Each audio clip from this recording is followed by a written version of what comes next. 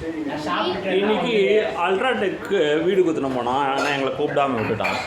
அதனால காண்டான நாங்கள் எல்லா வகையான டிஃபனும் சாப்பிட்ணுன்ட்டு முடிவு பண்ணிவிட்டு நாங்கள் போயிட்டு ஒரு 4 கடையில்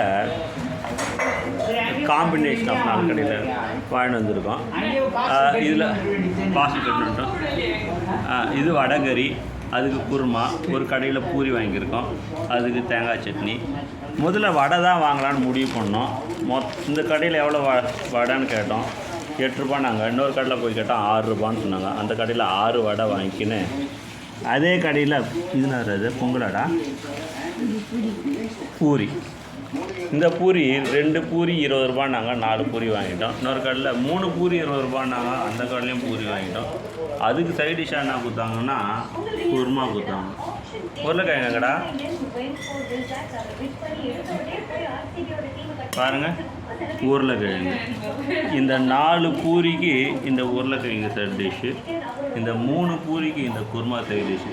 சரி, வடகறி இல்லாமல் எப்படி சாப்பிட்றதுன்னு சொல்லிட்டு வடகறி பார்சல் கேட்டால் 20 ரூபா சொன்னான். 20 25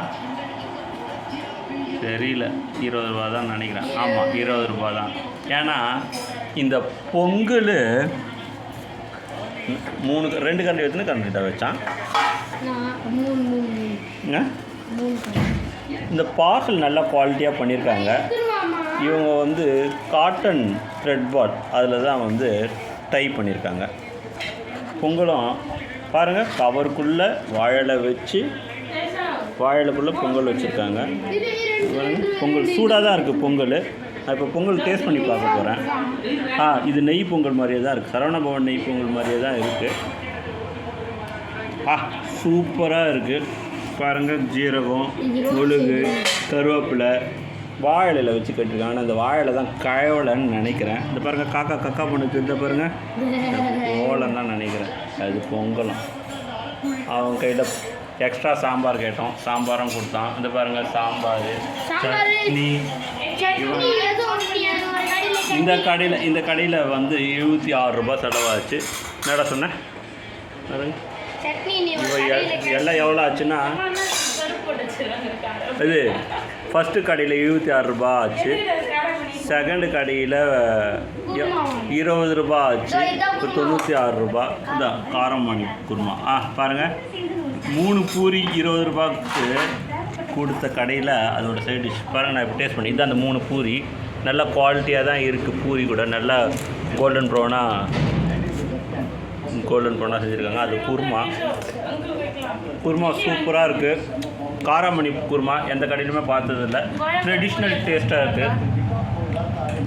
சரி, நான் இது எல்லாத்தையும் சாப்பிட்டு பார்த்து. எங்கள் வீட்டில் இட்லியும் செஞ்சுருக்காங்க. அந்த சட்னி இங்கே எடுத்துவியாண்டி. எங்கள் வீட்டில் இது பாருங்கள், கேவலமான ஒரு சட்னி. இதனால தான் நாங்கள் இந்த ஹோட்டலுக்கு போனதுக்கு காரணமே. பாருங்கள், குழந்த டீ பேனா மாதிரி இருக்குது பாருங்கள். இந்த சட்னி பாருங்கள் எவ்வளோ எம்மியாக இருக்குங்க பாருங்கள். செம்ம டேஸ்ட்டு. இந்த ஹோட்டல்லையே சாப்பிடுங்கிட்டு நைட்டி போட்டு உட்காந்துக்கிற இந்த பேய் தான் என் பொண்டாட்டி. நான் இதோட வீடியோ எண்ட் பண்ணிக்கிறேன். நான் வந்து சாப்பிட்டு எல்லாத்தையும் சாப்பிட்டு. இட்லி எங்கடி அப்படின்னா செஞ்சா தோசை, அந்த தோசை எடுத்து வீடியோவில் பாருங்கள். எங்கள் வீட்டில் செஞ்சுருக்கிற கேவலமான வெரைட்டி மாதிரி ஒரு தோசை, அது சேர்த்துக்கணும். இட்லி சொல்கிறேன்னு சொன்னால் இட்லியும் சொல்லியா ஒரு பெரிய அமௌண்ட் கடையில் வேணுன்ட்டுருப்பாங்க. பாருங்கள் எவ்வளோ கவர், பிளாஸ்டிக் கவர். சரி, மோச்சி காமி. இவதான் மோச்சி, எங்களுடைய இன்டர்நேஷ்னல் கெஸ்ட்டு. ஸோ இவங்க டேஸ்ட் பண்ணிவிட்டு எப்படி இருக்குன்ட்டு ஃபீட்பேக் சொல்லுவாங்க.